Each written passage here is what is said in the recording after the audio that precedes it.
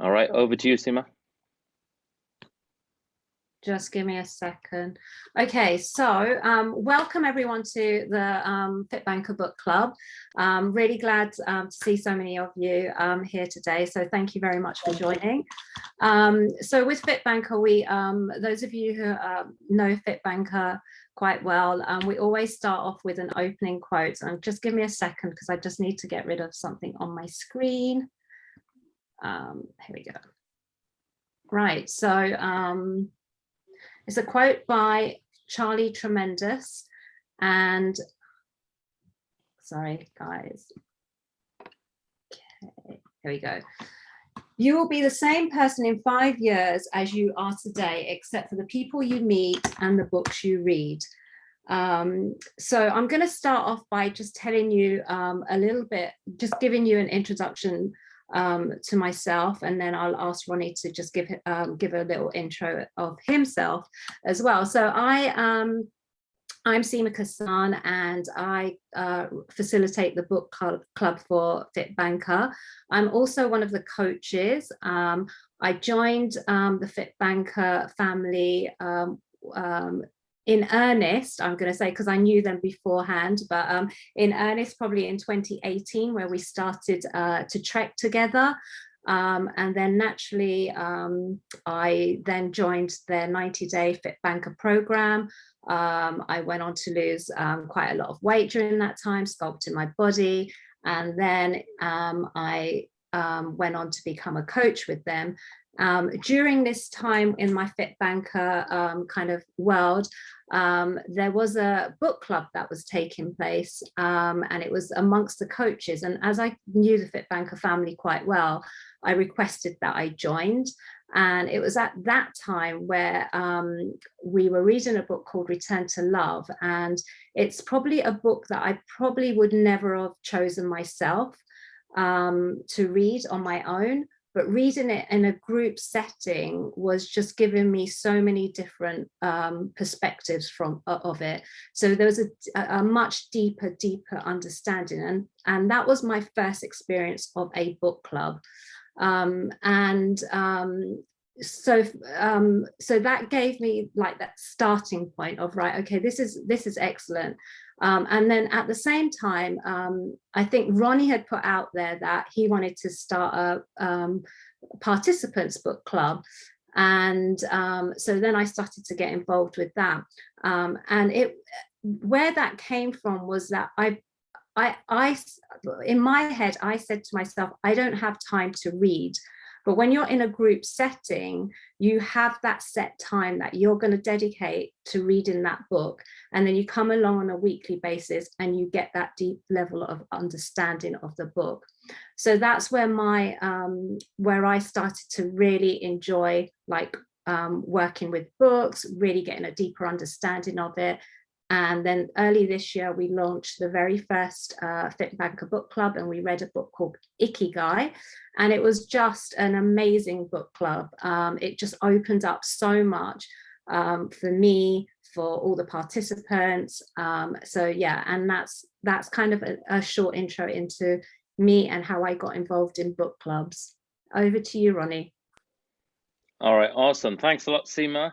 I'm going to just introduce myself and talk a bit about context for me, why it matters. But a question for you, Seema, before I go into me is, why do you host these book clubs? Like why do you want people to do it?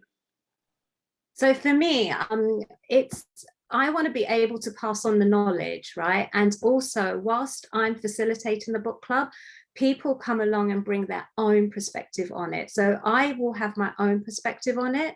And I love researching. So I do a lot of research before I start to facilitate these book clubs. So just so that I have that deep understanding.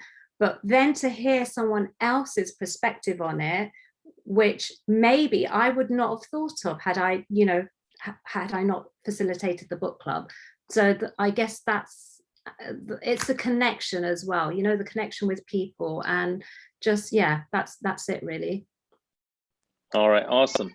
So cool, I'll explain mine in a second as well, like what's in it for me and why do I think these are a great opportunity and why they matter.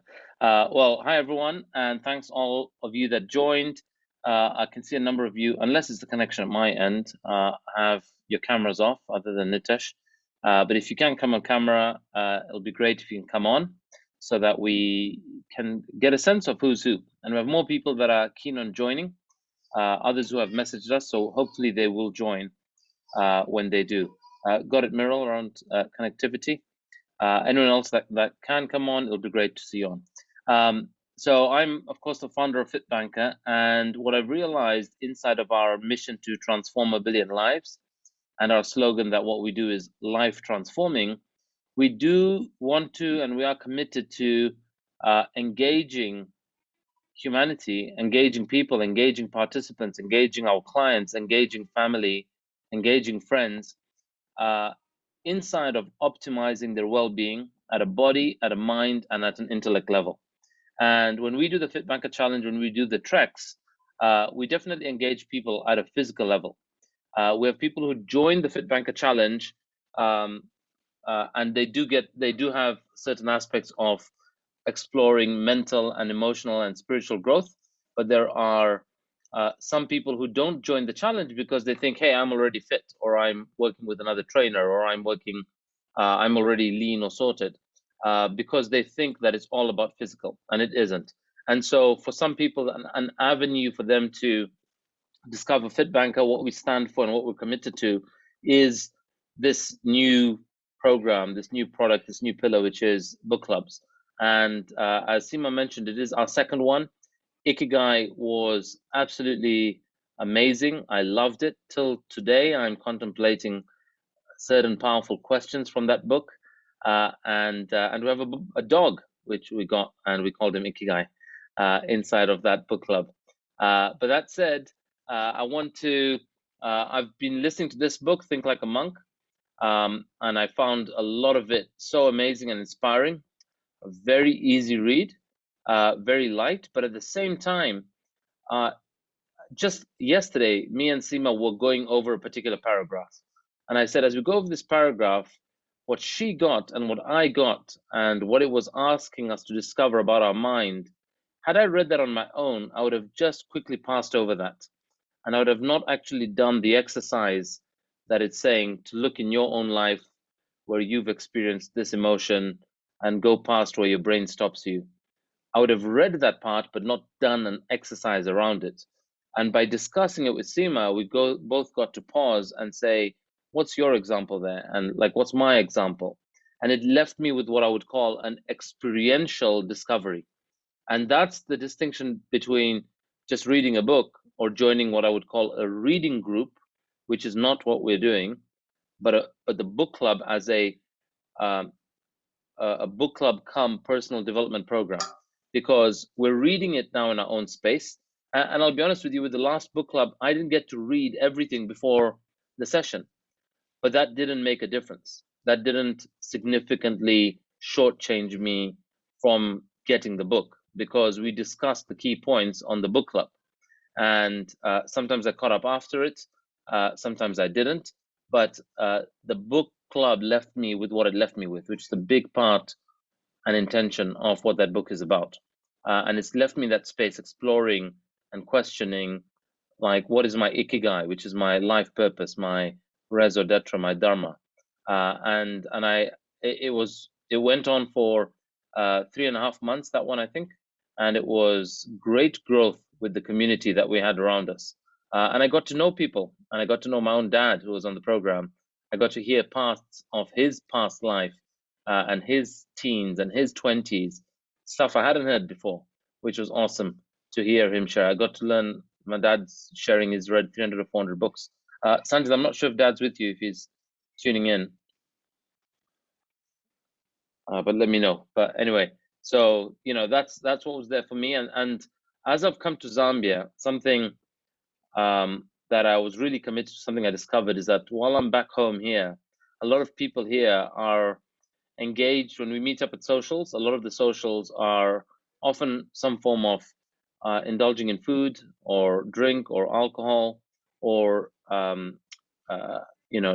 proud to say, gossip, right? So we just talk about stuff that isn't really constructive, isn't developmental in nature, isn't productive in nature. And we're often talking about people and events rather than creating, rather than ideas, rather than vision, rather than possibility.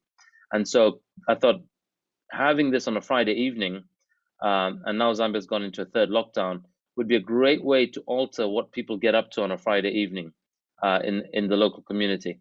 And previously, when we did this on a Saturday morning, a lot of the US folk couldn't join. We've moved it to Friday evening, and I'm still not sure whether they can or cannot join, but we did share. Those of you that are on from whichever time zones you're joining in from, which is great to have you on. But we want to see if this will work, and starting next Friday. So that's me, and that's why I would love for you guys to be on, is that we can connect in a constructive, growth-based, growth mindset-based nature every Friday over the next 4 months. And it is facilitated, and there will be some slides and some exercises that we do. And I'm sure Seema will give us some insight into what to expect. That's me.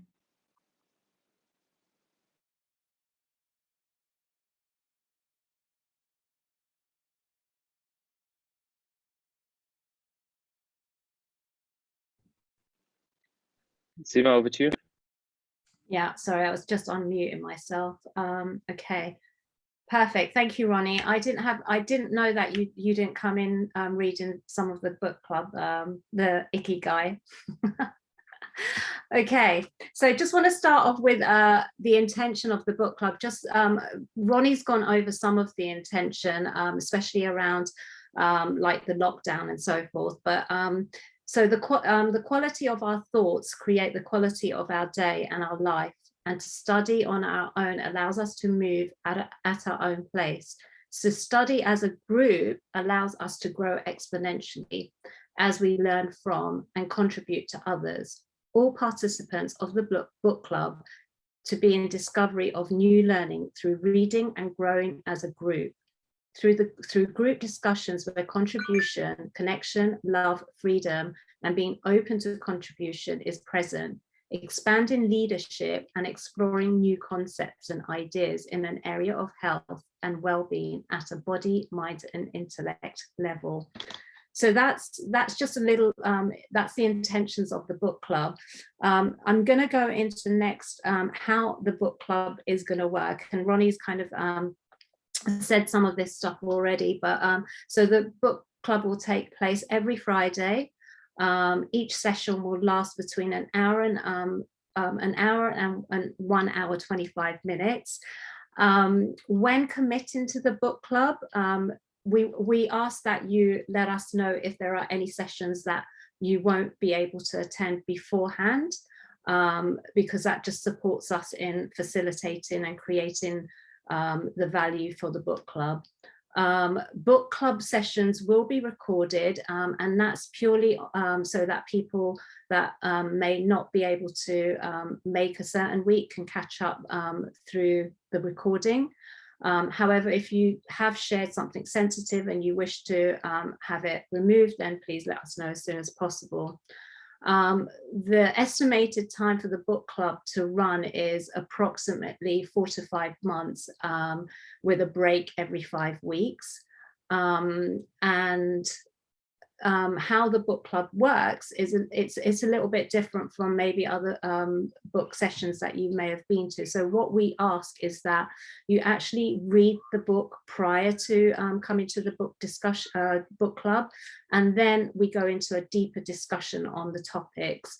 There will be some homework at times to do, and that just really enhances your learning of that book. So it's really it's not like a normal book club that you would normally attend. This really does have a deeper understanding. Next, I am going. Does anyone have any questions so far, by the way, on how it works? So Seema, you know, you said that we need to read the book. Will we be between sessions told to read page X to page Yeah, Y? so like usually we'd tell you in advance, so like read chapter 1, right, and come to discuss chapter 1 the following week.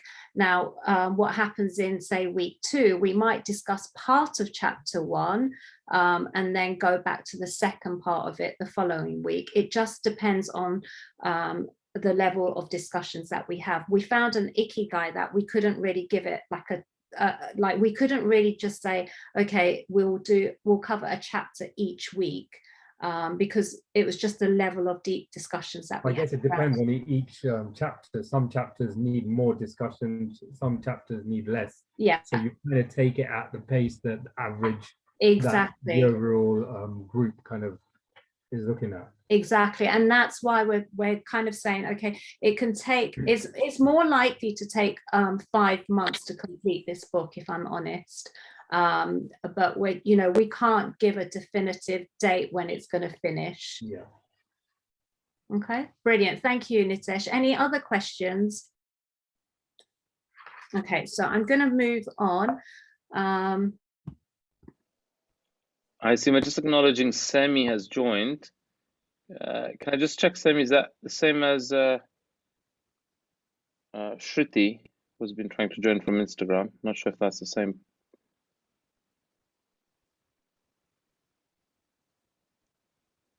Hi, Semi. Thanks for joining.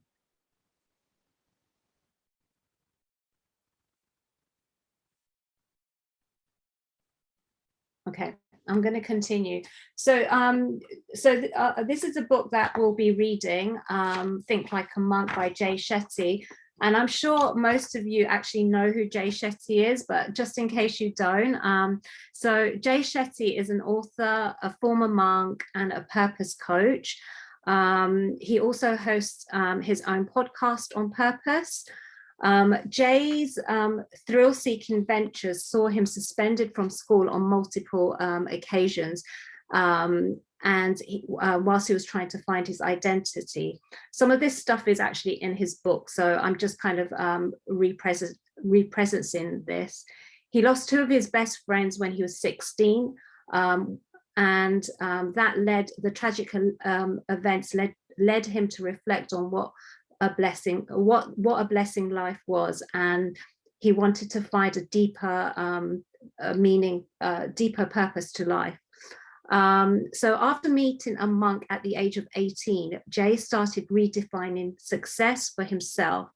He now wanted a life of service, impact, and passion, as opposed to a life of money, fame, and power. And after graduating from business school, he was inspired to make a difference to the world. So at age 22, he went to live as a monk across India and Europe. He traded his suits for robes, shaved his head, and lived from a gym locker for 3 years.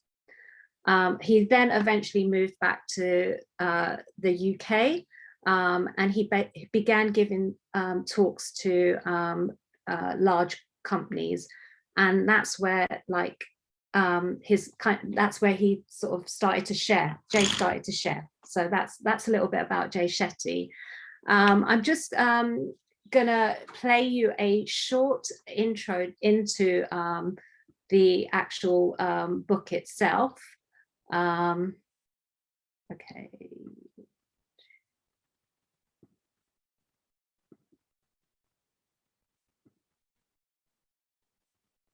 There we go. So I grew up in life with 3 options. I can either be a doctor, a lawyer, or a failure.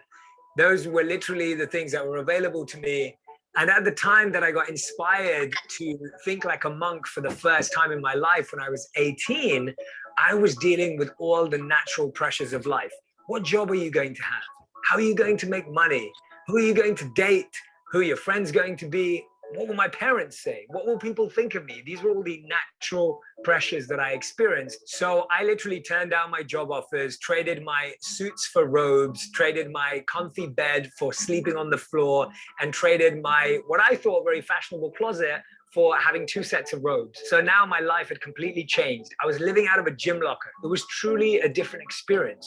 But here's the thing. You don't have to live like a monk to think like a monk. You don't have to shave your hair. You don't have to wear robes. You don't have to go and sit on a mountaintop or order yoga pants off Amazon or any of that kind of stuff. All you need to do is open your mind to a new set of ideas, thoughts, and values. So this is really a mindset change rather than a lifestyle change.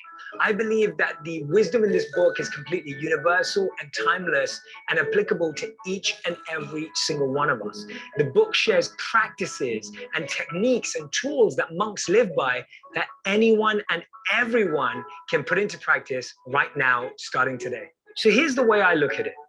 If you wanted to learn how to play basketball, you'd want to learn from Michael Jordan or LeBron James.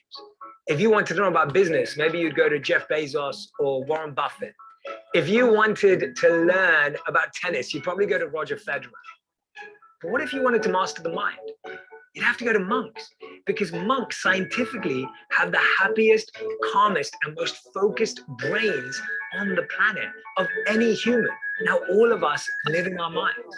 It's said that we have 70 to 80,000 thoughts per day, and 80% of those are negative. What do we do with those negative thoughts?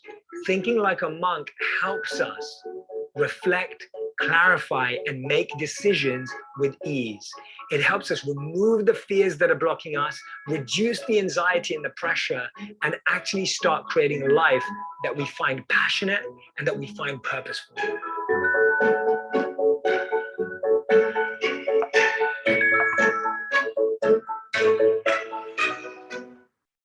So that's, you know, people sometimes ask me, what is my favorite style of meditation? Okay, so that's a quick intro into the actual book itself. So I'm just gonna just give you a kind of glimpse of what happens in a book club, right? So I'm gonna ask you a question now. Why think like a monk? What is it about Think Like a Monk that attracts you?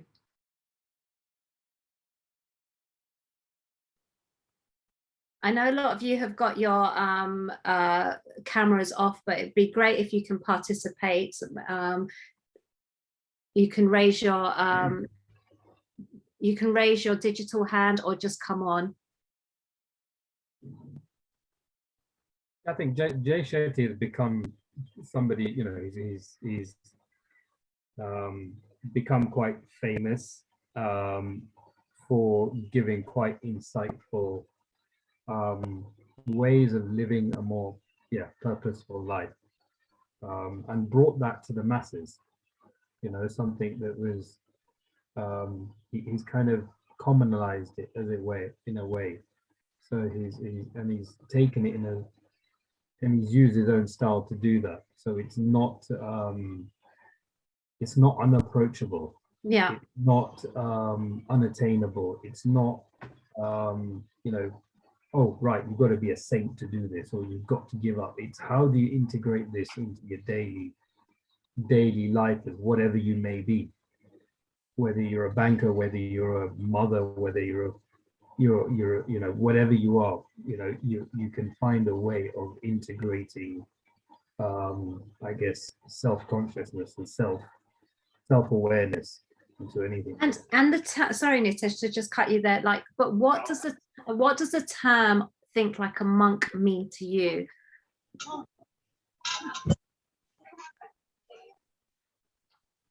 Well, I think learning to detach. Okay. You know, so Brilliant. yeah, monks, that's what they do. They detach from everything, and it's how do we detach and not get caught up in our emotions and let life around us get to us. How do we basically learn better to control our emotions and also control our state of mind. Brilliant, thank you. Thanks, Nitesh. Ronnie, do you want to add to that? No. Yeah, I just want to add, we've had a couple of people join and drop off, but just want to, and I've not somebody to join back in. So we had a couple of people, Yes, join and drop off, just welcoming them back in. For me, why I'm interested in the book Think Like a Monk, or why I want to think like a monk, I think what really interests me is when it comes to whatever I'm doing in life, to be productive, to be impactful, and to be consistent. And Jay is somebody I know who's, I followed him from just, the day he began, like 3 days later. And I remember there was a point where he just started and I shared his video thinking, hey, my new favorite guy. And he had a few hundred following, and FITBANKER had a few thousand following.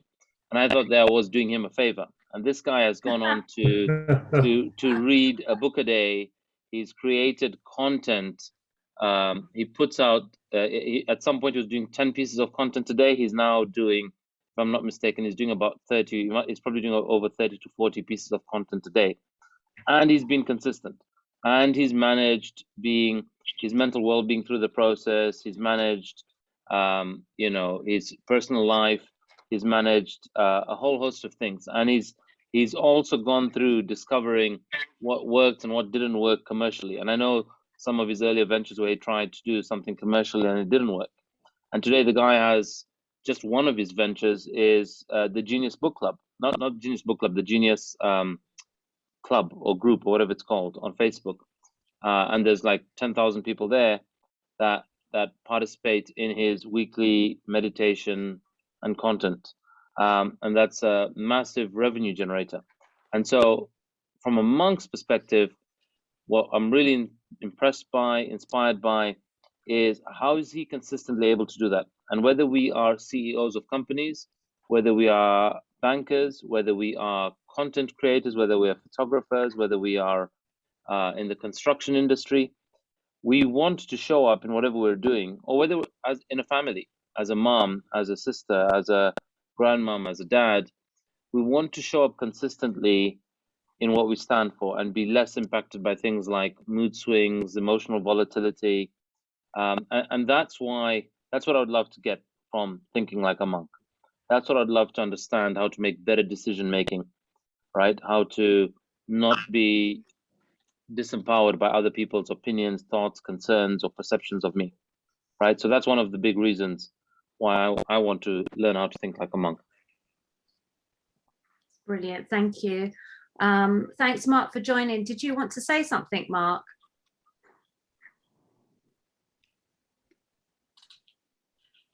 Okay, I'm going to move on. Simply as he's unmuted, we're asking you. That's what I just wanted to check. That's fine. Okay, let's go on. So I'm just going to quickly go through the book itself, right? So just a quick touch on the contents of the book.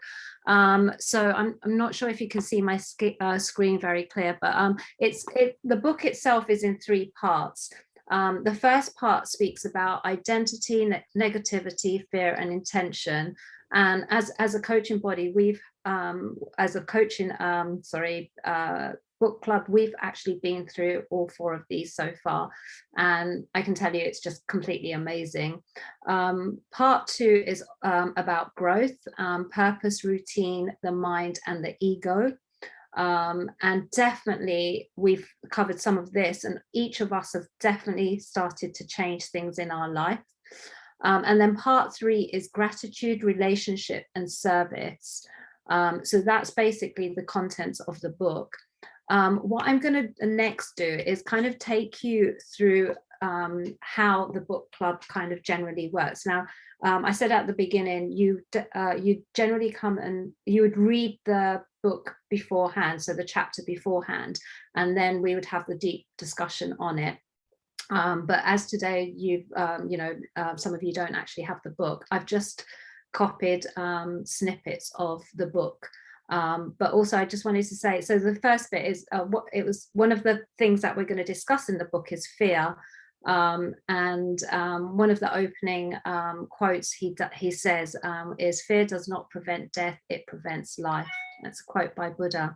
So I'm going to ask for volunteers, please, if I may, just so that we can read through this passage here. So can I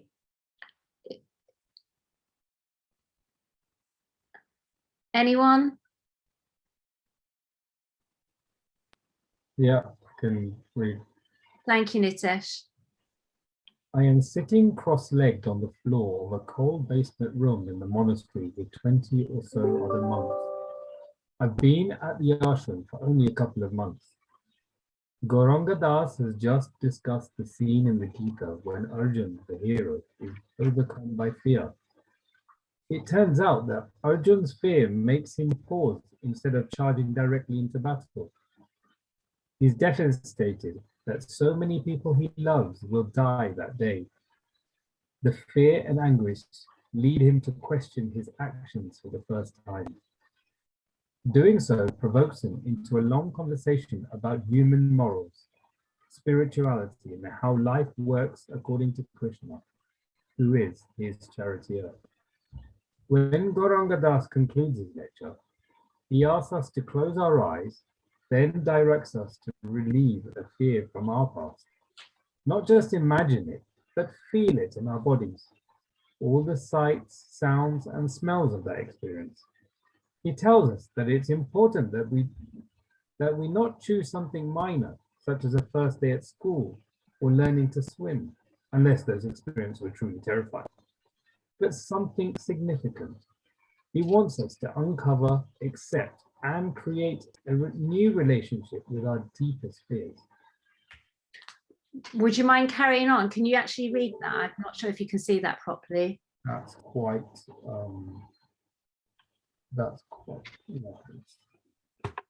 Ronnie, can you see that, or are you struggling as well? I can just about, but let me start. We start joking around. Someone makes. Should I carry on? Sorry, if you can't, Nitesh. We'll try and zoom into it a bit more. Oh, yeah, right. We start joking around. Someone makes fun of my overreaction to a snakeskin I come across on one of our walks. Gauranga Das acknowledges our antics with a knowing nod. If you want to do this activity properly, he says, you have to push beyond the part of your mind that's making fun of it. That's a defense mechanism, keeping you from really dealing with the issue. And that's what we do with fear. We distract ourselves from it. Gauranga Das says, you need to go past that place. The laughter fades and I can almost feel everyone's spine straighten along with my own. I close my eyes and my mind quietens down, but I still don't expect much. I'm not scared of anything. Not really, I think. Then, as I drop further and further into meditation, past the noise and chatter of my brain, I ask myself, what am I really scared of? Flickers of truth begin to appear. I see my fear of exams as a kid. I know that probably sounds trivial. No one likes exams, right? But exams were sort of my greatest, some of my greatest anxieties growing up. Sitting in meditation, I allow myself to explore what was behind that fear. What am I really scared of? I ask myself again. Gradually, I recognize that my fear focused on what my parents and my friends would think of my scores and of me as a result, about what my extended family would say and how I'd be compared to my cousins and pretty much everyone else around me. I don't just see this fear in my mind's eye, I feel it in my body, the tightness in my chest, the tension in my jaw, as if I am right back there. What am I scared of? Then I start to delve into the fear around the times when I'd gotten in trouble at school. I was so worried that I would be suspended or expelled. How would my parents react? What would my teachers think? I invite myself to go even deeper. What am I really scared of? I see this fear around my parents of them not getting along and of me at a young age trying to mediate their marriage, of thinking, how can I please both of them? How can I manage them and make sure they're happy? That's when I found the root of my fear. What am I really scared of? I'm afraid that I cannot make my parents happy.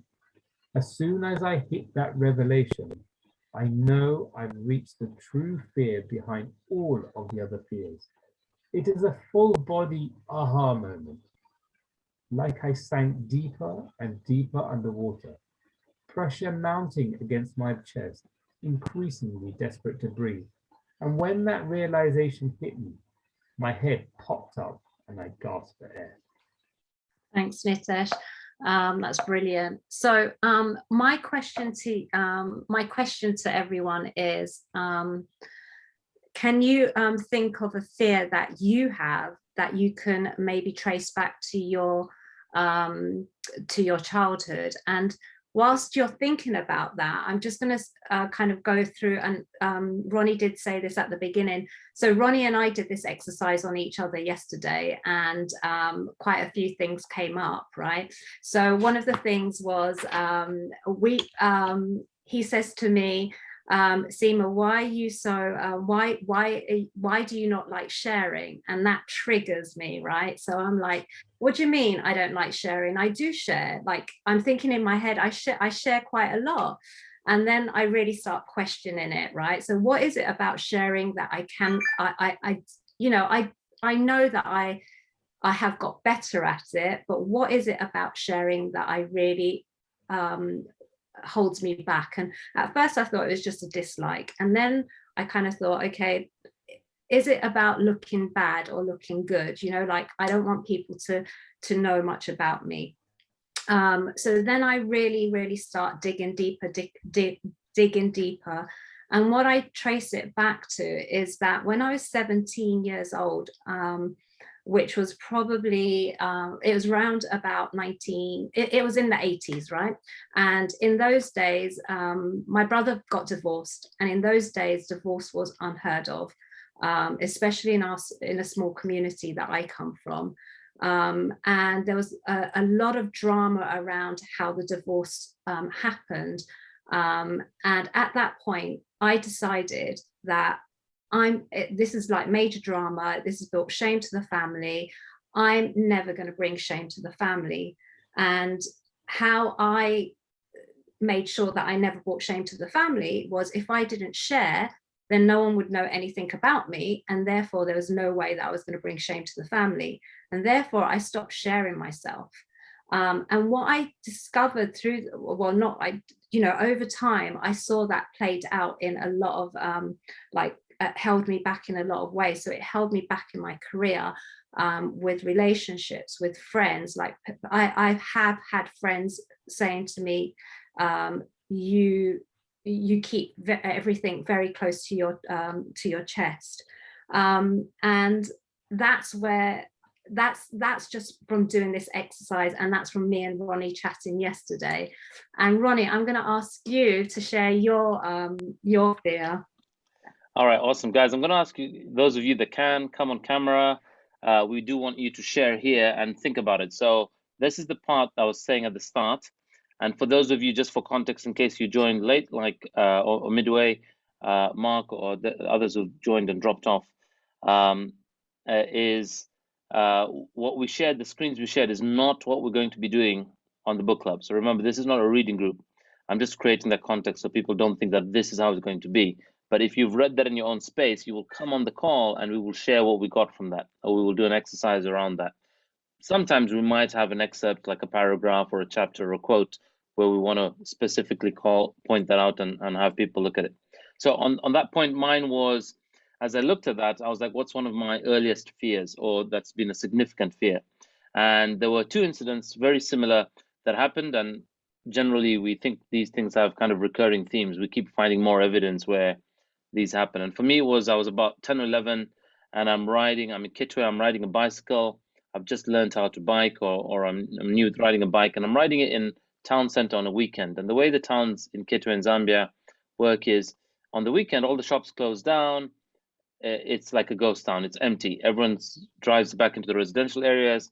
There's not many people around the town when the businesses and business community shut down. And I'm riding through some back alleys. And as I'm riding through some back alleys with some friends, there's some street kids who start coming close to me. And as they start approaching the bike while I'm riding near them, I'm mindful to make sure I don't knock them, or that out of excitement, they don't come in my way. And as I'm just trying to avoid them, they come really close to me. And then they come with a big hand and they whack me behind on my back. And I'm like, what on earth was that for? Like, why did they do that to me? And I carried on riding now to like just escape them. And I have no idea why they did that. But in my mind, I'm like, shit, you can't trust anyone. And these are people I'm meeting. And I thought they were going to be nice to me. They were calling out some name or term towards me, which I thought was them trying to be recognized and acknowledged. And then they come and whack me. And I was in tears as I was riding off. And as I'm riding off, I'm thinking to myself, bloody hell, like you can't trust people. And I felt powerless in that moment. They were more than me. I was outnumbered. They were probably stronger than me. And I'm just a kid. And all I wanted to do was to fit in, be accepted, to belong, and be acknowledged. But instead they whacked me. And fast forward a few years later, I am in Tanzania. We're walking along the coast. And as I'm walking along the coast, we see some random people over in the evening. People go to the beach side and there's a cliff side. And I'm 13 years old, and we see some random people walk past me and they're smoking a cigarette. And suddenly I just feel somebody hit my legs from behind, fold my knees, and then grab me by the neck, and they're strangling me. And as they're strangling me, I'm trying to fight off this guy, and they're trying to yank off my watch. They're trying to yank off my gold chain, my bracelet. And I'm like fighting for their life to survive this moment. And suddenly Sanjit, my brother who's on, comes from behind a few minutes later or seconds later, and he's like, hey, what's going on? And he's just hit puberty. He's got long hair, he's got a mustache and stuff growing, and they must have thought he's an elderly guy. And then they let me go and they ran off.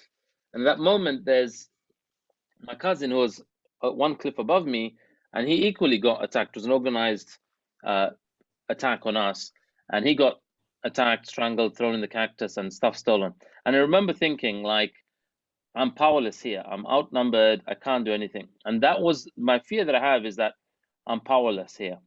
And as I was chatting about this with Seema, she's like, but what's beyond that? I'm powerless, therefore what? Like, my mind is going to say, be careful, be mindful, be cautious. You don't know who to trust. You don't know when they're going to turn against you, because I've got these instances in my life. And even now, as I explored getting into politics, something that keeps coming up for me is, at some point, I'm going to find that even this party I'm supporting, which is the opposition to the existing party, maybe all of them there are also just corrupt and in it for themselves. And I'm going to be disgusted by getting into politics. And that's what I say. And then Seema's like, no, but what's beyond that? And what's beyond that is that maybe I'll be part of the party, and then people will look at me as corrupt, as one of those dirty politicians, or as somebody that's not trustworthy. And so what's really underlying that fear is some form of, if I get in there and if I get mingle with this group of people where I'm trying to fit in or be accepted, be wanted, to expect them to be good to me, and I think they're actually the opposite, they're being harsh to me, or they're bad, or they're corrupt, then actually what's underlying there is that I will be found out as I'm not good enough, or I'm not clean enough, or I'm not as powerful enough. And that's the real underlying fear that I got connected to when I did this exercise with Seema. That and I think, as we read on that chapter, there was some form of getting present to not being attached to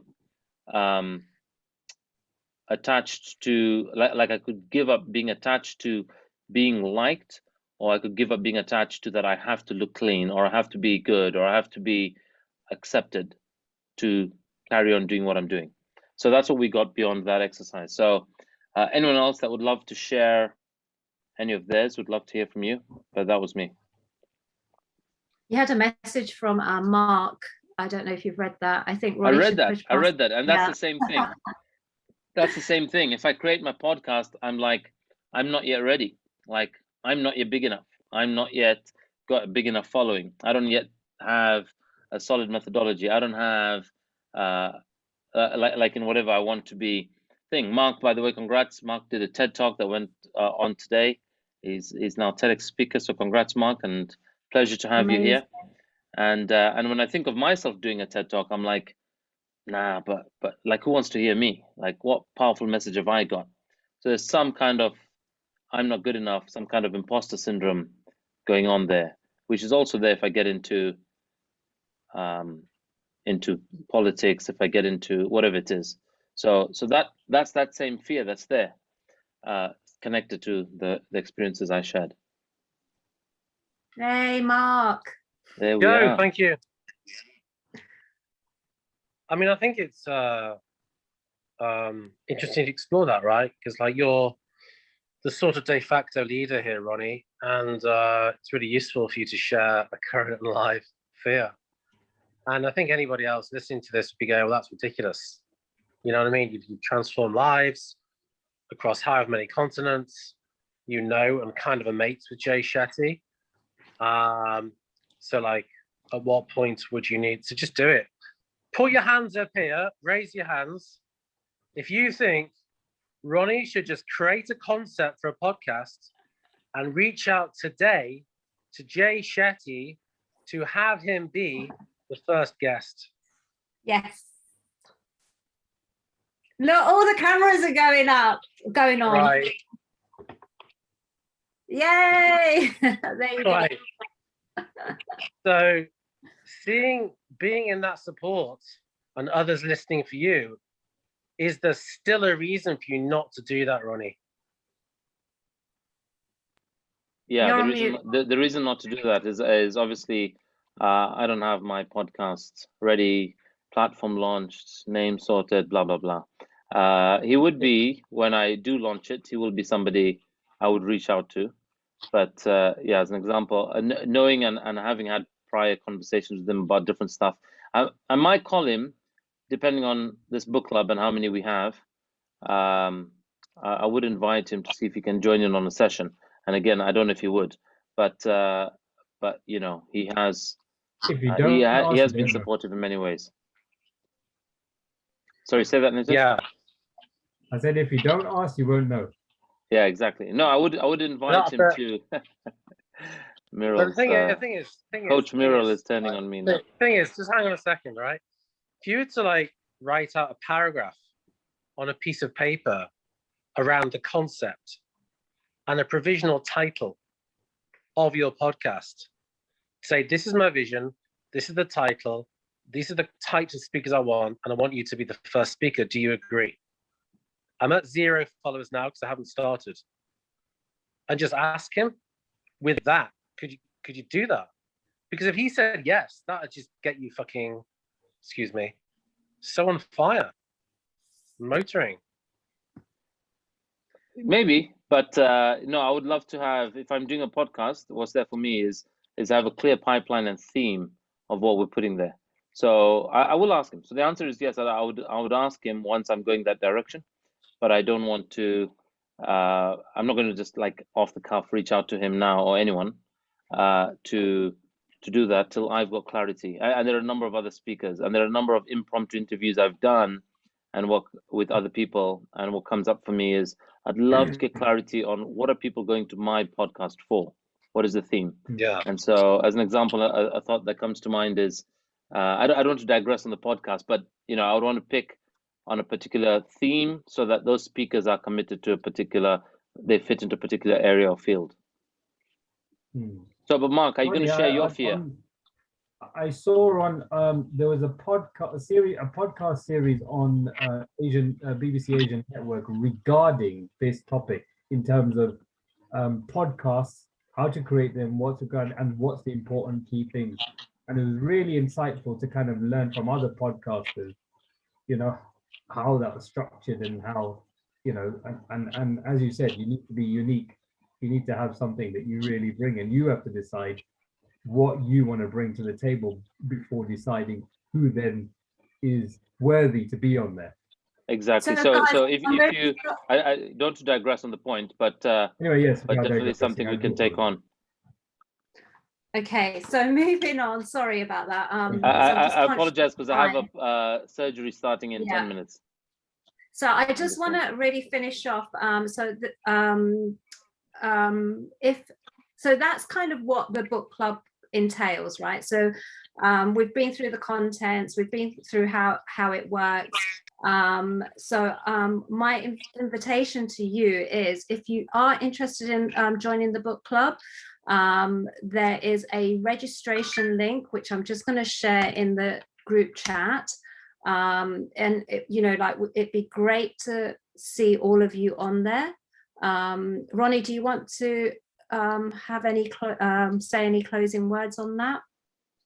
No, but I'm just saying, like, literally how this conversation went, where we speak of Jay and then we go into something about that, right? Like we speak of a podcast and this imposter syndrome of I'm not ready, or some fear, and it builds on something, is how the last book club went. So we looked at various conversations, various tasks, various actions, and it's like, all right, next week, by next week's book club, you might invite somebody to do this. Or it might just be learning, and there was real learning and introspection to be gained. So that's kind of what this would look like. And I'm grateful from Kitwe, where I am. We've got Gillian on. We had 2 other people who joined and dropped off. I don't know why. One of them is actually at an airport in the US. So she said she was just flying, and she's got the book at home here in Zambia. She may be keen. And another guy here, somebody who is a friend, he might also join. So they may still be joining the book club starting next week. Probably today there's some clash they're dealing with. But yeah, my invite to everybody is, we would love to have you join. This is how it will go. It's like a Friday night catch up. And I don't know how your guys' Friday nights are, but my Friday nights used to be, I've got a social, I'm going to have drinks, I'm going to have food. And when I signed up to, at some point, a leadership program that had sessions on a Friday, I began thinking, like, what a dumb idea that they have sessions on a Friday. Why would they do that? Because so many people have social lives. There'll be so many people missing. But it was designed to interrupt your life. It was designed to fill something in a space that we often fill something intoxicating with. And that's what I'm also committed to creating here. So if our Friday nights are normally, something that we intoxicate ourselves, here we want to enrich ourselves, and it's at a good time such that you can be there. And if we're, as an example, those of us in Kitwe, we can do this as a meetup. I do have a surgery that follows right after, which I've been mindful of when creating this. But others, if there's a big group of us, we could meet up on Fridays, attend this session, participate in the session, and then maybe have a dinner after that, or a tea time before the session. So it's a great way of a healthy, intellectually growing social. So I'm hoping, Gillian, you'd be on, and I'm hoping we get others as well from here, and all the rest of you to join. Gillian, is there a question? You have to click unmute. Sorry.